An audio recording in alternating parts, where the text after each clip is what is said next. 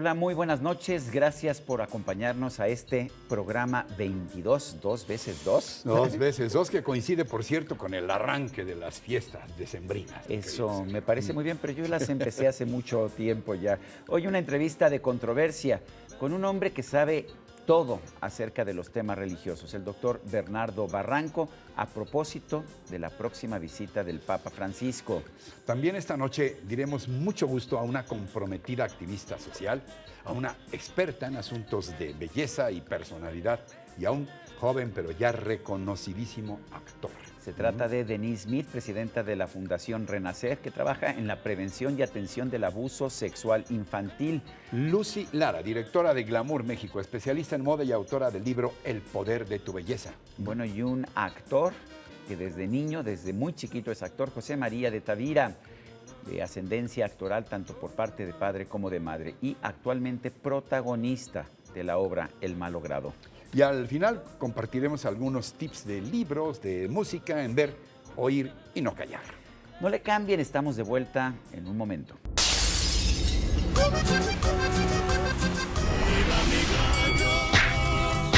El ratón Macías.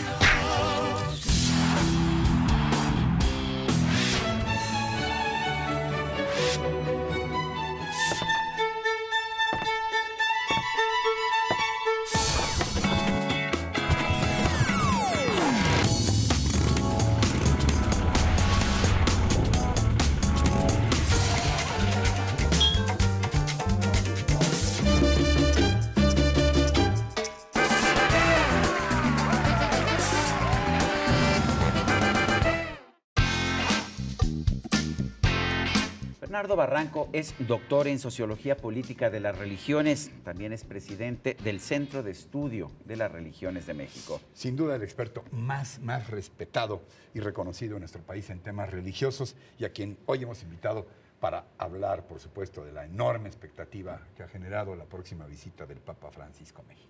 Bernardo, gracias por estar con nosotros. Buenas noches. Y lo primero que te puedo preguntar es, ¿este Papa va en camino de ser una especie de superstar? ¿No es así? Así como le pasaba al Papa Juan Pablo II, pero ¿qué tiene el Papa Francisco que lo hace diferente? Es un papa sencillo, pastoral, es como un cura de pueblo que se preocupa como cómo están tus hijos, qué desayunaste, qué vas a hacer la próxima semana. Es ese cura que sale de la misa y que tiene contacto con los parroquianos. Igual este papa viste de manera sencilla, sacudió esos polvos imperiales del Vaticano, de la curia principesca, y toma mate con una persona, para su coche, su papamóvil. Que le arreglaron sus lentes, para que le cambien, tiene unos zapatos que parecen árabes porque ven hacia arriba, ya no tiene esos botines, digamos, de ante. Es decir, es un papa sin oropeles. Oye, ahora a lo mejor puede sonar un poco brusco, pero ¿a qué viene el Papa a México? Después de tanto que se especuló y que nos había pospuesto, en fin. Bueno, pero además viene desde el sureste hasta el norte, Sí, la frontera, va a andar por todo el país. Sí, y bueno, lo que significa, ¿por qué en Chiapas? ¿Por qué en Juárez? Sí. Aquí, bueno, es obvio, la Basílica, Catedral, pero a ver, Bueno, ¿a qué viene? lo que no debemos perder de vista es que toda visita de un pontífice forma parte de una política pastoral, hay una geopolítica pastoral.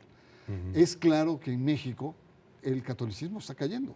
O sea, las estadísticas nos muestran que en los últimos 20 años ha caído cerca de casi 10 puntos el catolicismo. ¿Pero por qué? ¿Porque ha dejado de ser pastoral o por el embate de otras propuestas religiosas? Es un fenómeno generalizado. América Latina, Brasil ha caído al 63%, Centroamérica está en un 50%. Es decir, es un fenómeno, digamos, bastante complejo. El Papa viene a animar, pero también viene a sacudir al episcopado mexicano, que hay que reconocer que es uno de los episcopados más tradicionales que tiene América Latina, a que sea más pastoral, a que tenga una agenda social más importante, a que salga, sobre todo, de esa zona de confort que tiene el episcopado. ¿Es por eso que va a Chiapas a hacer un homenaje a Samuel Ruiz, que fue realmente un pastor en Chiapas? Una tercera, digamos, vertiente es que viene a ciertos problemas claves. Fíjate, viene a Chiapas, frontera norte y frontera sur. Es decir, el tema de migración es fundamental para Hay él. un mensaje Hay un mensaje fronterizo, claro, digamos, pero de las dos fronteras. Y el tema de Michoacán ese otro mensaje. Digamos, es el tema de la violencia con la que está viviendo y que toca sobre todo tierra caliente. Es decir, no hay que olvidar que en este país, en este sexenio, pues, Enrique Peña Nieto, han sido asesinados 12 sacerdotes. Es decir, la violencia ha alcanzado a la iglesia. Entonces, por lo tanto, es un tema también fundamental. No solamente los presidentes municipales tienen un oficio de alto riesgo, parece ser que en ciertas zonas el de sacerdocio también es un oficio. Tierra caliente, que es Guerrero y Michoacán. Bueno, sí, en la zona de Apatzingán. Bernardo, ¿el Papa Francisco es un papa anticapitalista? No tanto, yo creo que No tanto. La tradición de la iglesia es una tradición antimoderna. El mismo nivel tiene el capitalismo que el socialismo y depende de las coyunturas. Es decir, el Papa, en un momento dado, los papas han sido muy anticomunistas.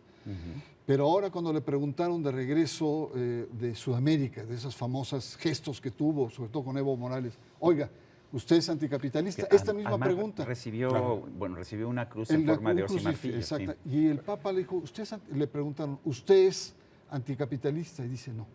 Si ustedes me muestran que me he salido de la doctrina, yo soy lo que ustedes quieran, pero yo no he rebasado 1 milímetro de la doctrina de la Iglesia. Es decir, tradicionalmente la Iglesia ha sido profundamente antimoderna, donde, por supuesto, entra el capitalismo de mercado. Ahora, es un revolucionario en el sentido de sus acercamientos con la comunidad gay, un replanteamiento del esquema financiero del Vaticano. Ya hemos testimoniado todos estos escándalos.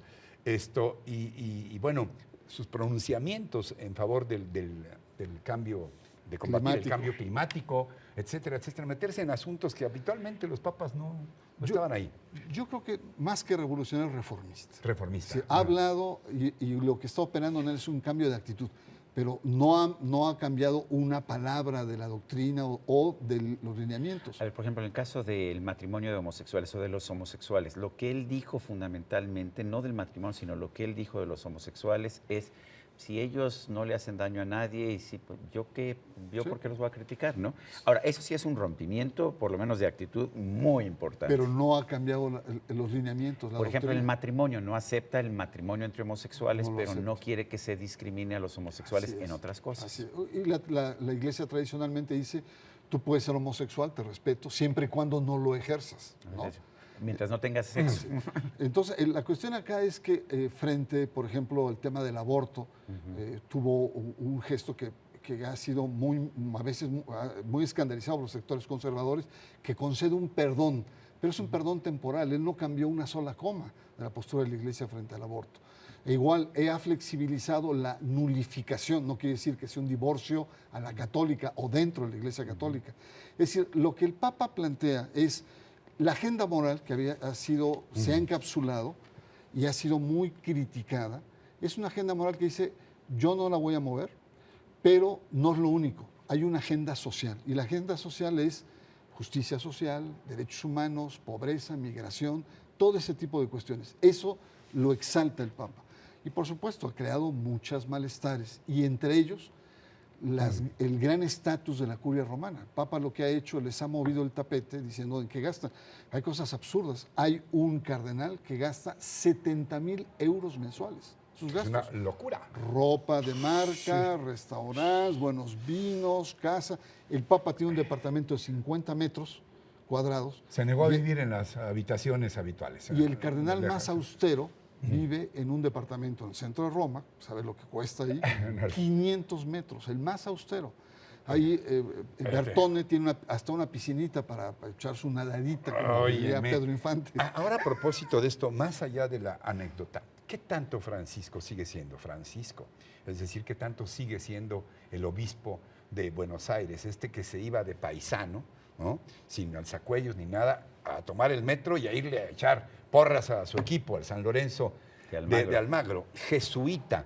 Seguramente el llegar al papado puede trastornar a cualquiera, porque te conviertes en uno de los hombres más poderosos y más influyentes del planeta. ¿Qué tanto sigue siendo el mismo? Yo creo que hay mucho de él ahí, su teología, su manera de pensar, su pastoralidad, pero también es objeto de una construcción. O sea, Francisco no reía y ahora tiene una sonrisa de oreja a oreja. Francisco era muy austero en sus gestos, era muy político, pronunciamientos conservadores y ahora es muy flexible. Yo creo que hay una mezcla de ambos, porque también ser papa, en el contexto de crisis, no hay que olvidar que él llega en un momento de desgarramiento absoluto.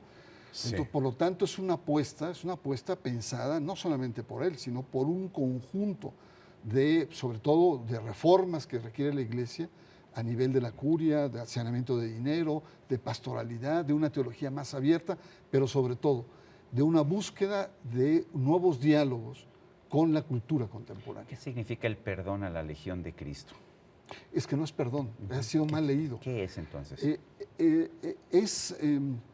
Es una indulgencia. La indulgencia no significa perdón. El único que perdona es Dios.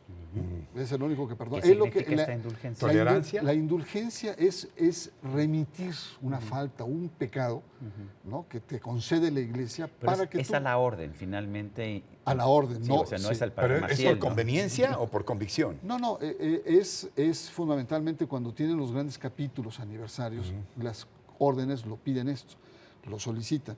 Entonces hay unas indulgencias que se dan, que fueron... Pero el por recuerdo cierto, de Marcial Maciel le sigue siendo terrible. por supuesto, y no podemos un demonio, separar un demonio. legionarios de Marcial Maciel. Creo que ni ellos mismos en este momento Claro. lo pueden hacer. Tienen que pasar, digamos, decenios para que podamos entender esto.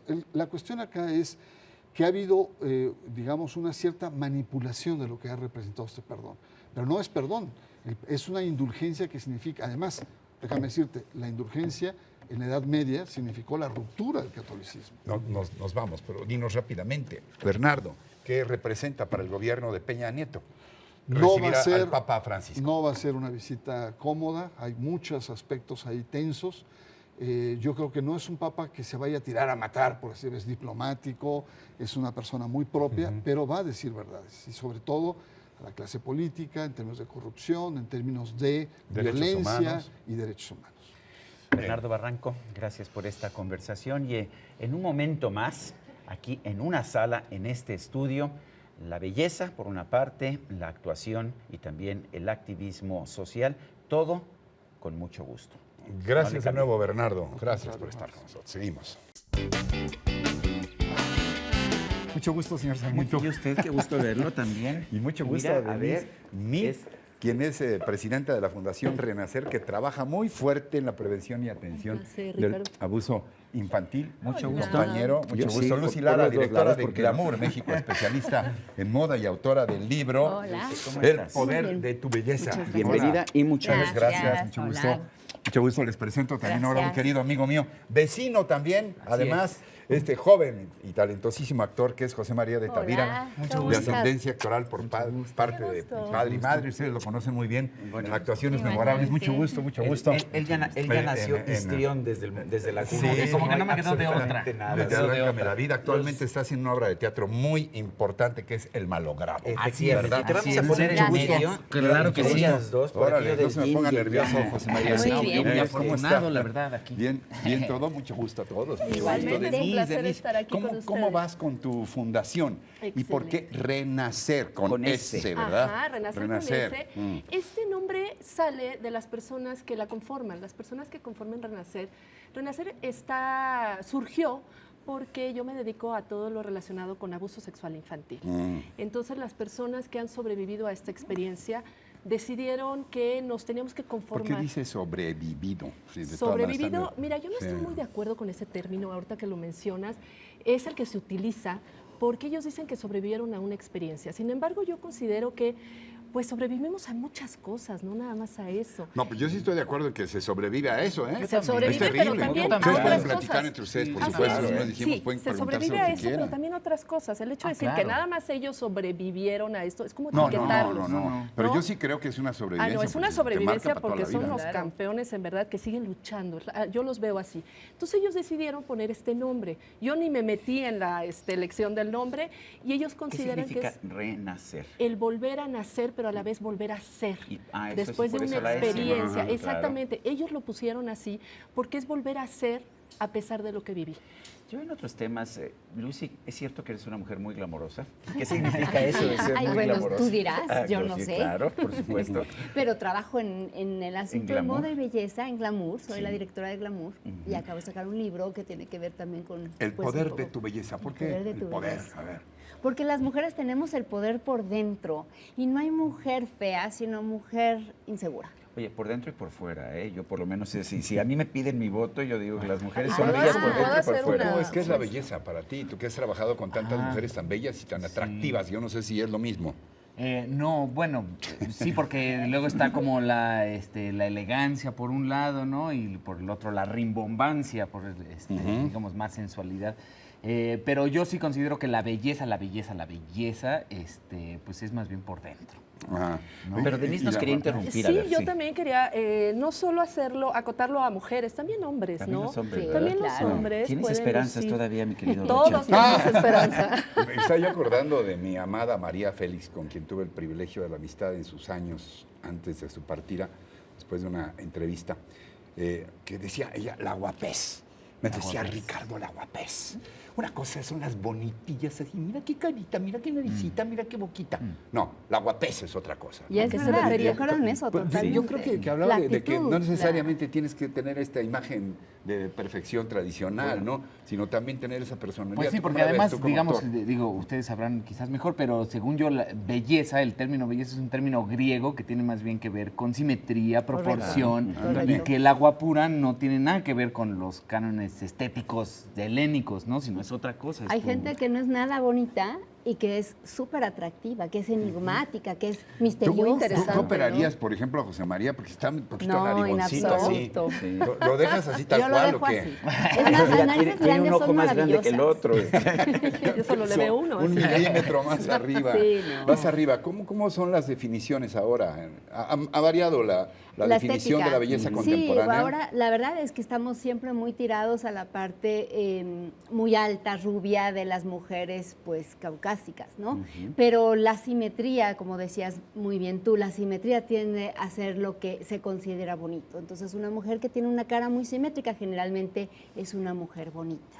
Y las que tenemos la simetría un poco transquiversada, podemos entonces Son lograr las ser guapas o interesantes. atractivas. Exacto, por Es supuesto. muy cultural, ¿no? Pues yo creo que Esto muy de la cultural. belleza. Bueno, Ah, sí, claro. a Renoir le gustaban de una forma y a Rembrandt también, y sin embargo a Modigliani no, a Modigliani le gustaban ¿Y tú delgadas. cómo ves a la maja desnuda? Bueno, de pues ahí Goya? está. Pues no era así precisamente Pues un no. dechado Oye, desde o el la test, Venus ¿no? de Botticelli, No, ¿no? Así es. las musas de Rubens, ¿no? Sí.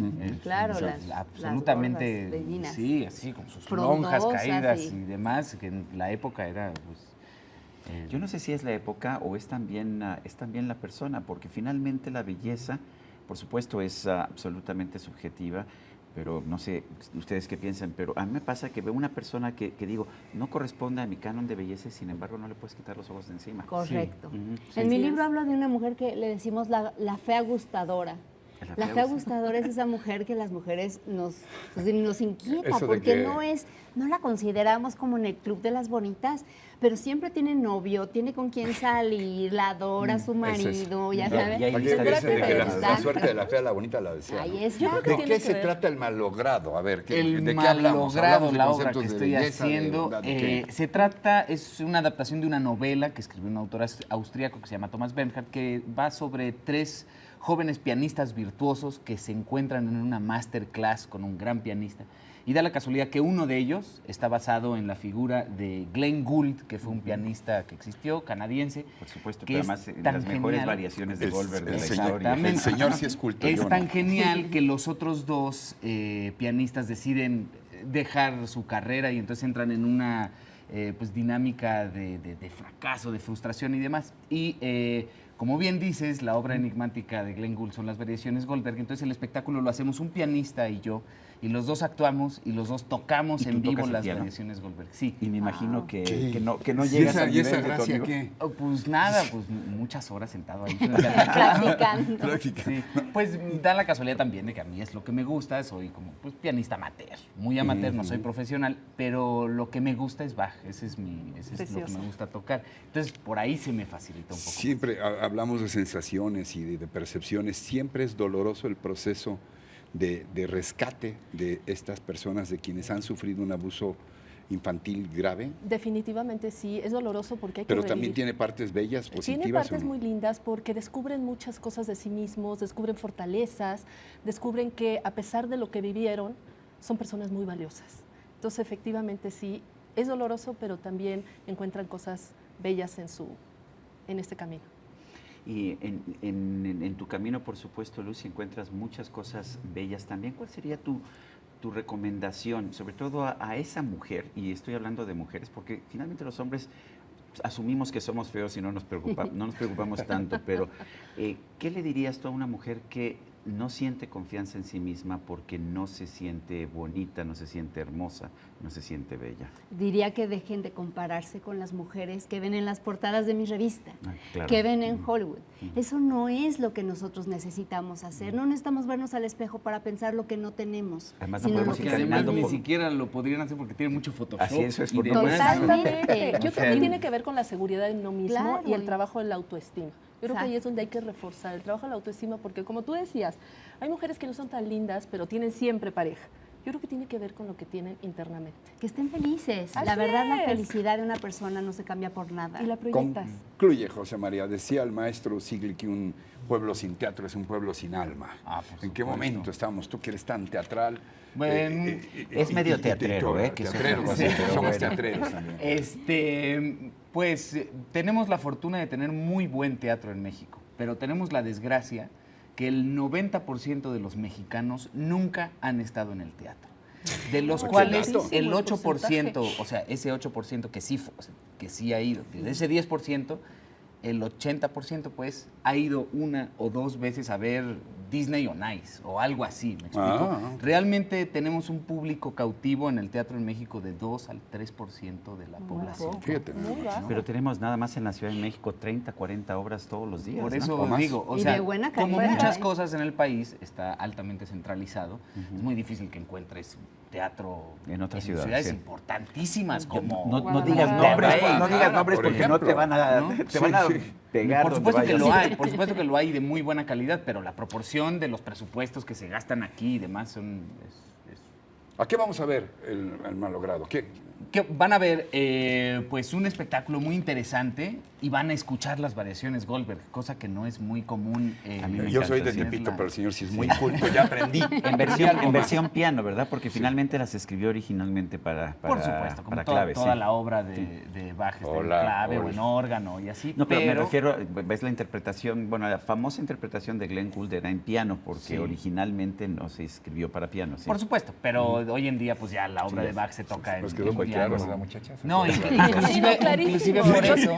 Yo toqué Glenn el piano Gould, toda mi vida y no sé de qué me Glenn estás Gould hablando. arregló su piano para que tuviera las propiedades del clavecín, o sea, para que Eso fuera es. mucho más golpeado y Las menos invito. delgado. Vamos a ver, José María, ¿prometemos? Sí, El malogrado. yo les Órale, invito. organizamos el grupo y nos Estamos en vamos. el Teatro Milán los lunes a las 8:30. Hay que apurarle. Sí, aquí. Gracias, Gracias. Lucy, Denise, Un José placer. María, Muchas vecino. gracias. Gracias. Y continuamos con más.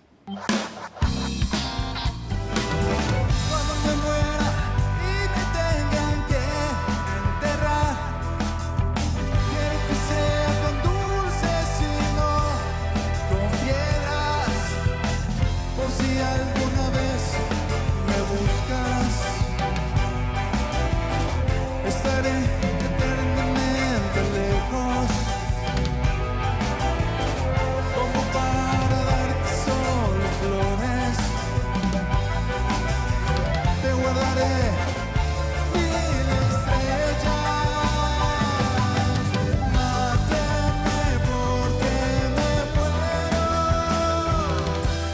Bueno, ya lo reconocieron ustedes, se trata, no es nada más el bajo fundador de ese grupo icónico que es Caifanes, sino está considerado como el bajo del rock en México, Sabo Romo, ¿no?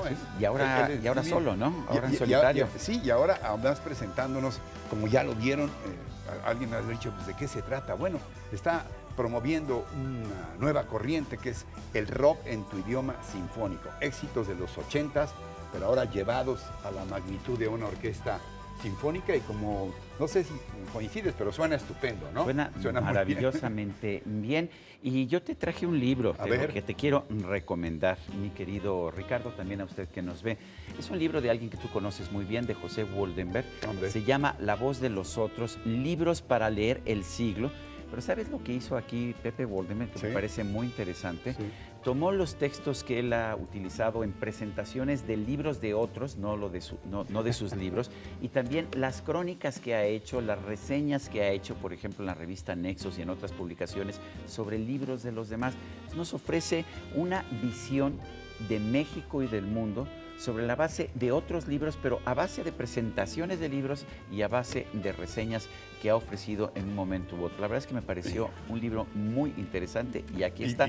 No te lo doy porque viene autografiado de por más, mí, pero a aunque mí. esté de más, pues nada más referir que José Woldenberg, Pepe Woldenberg, fue presidente de aquel IFE, que fue determinante en la consolidación de la democracia en este país. El ¿no? Instituto Federal Electoral del 2000, usted lo recordará, Antes de ser momento crucial. INE, antes de ser INE. Y así llegamos al final. Nosotros quisiéramos quedarnos mucho más tiempo, pero bueno. Pues lo que te llegamos, puedo pues, decir al es final. una feliz Navidad, pero no se te olvide, Ricardo, de todas formas, en una semana aquí estamos. ¿Vacaciones o no? Programa 23. Hasta entonces, hasta siempre.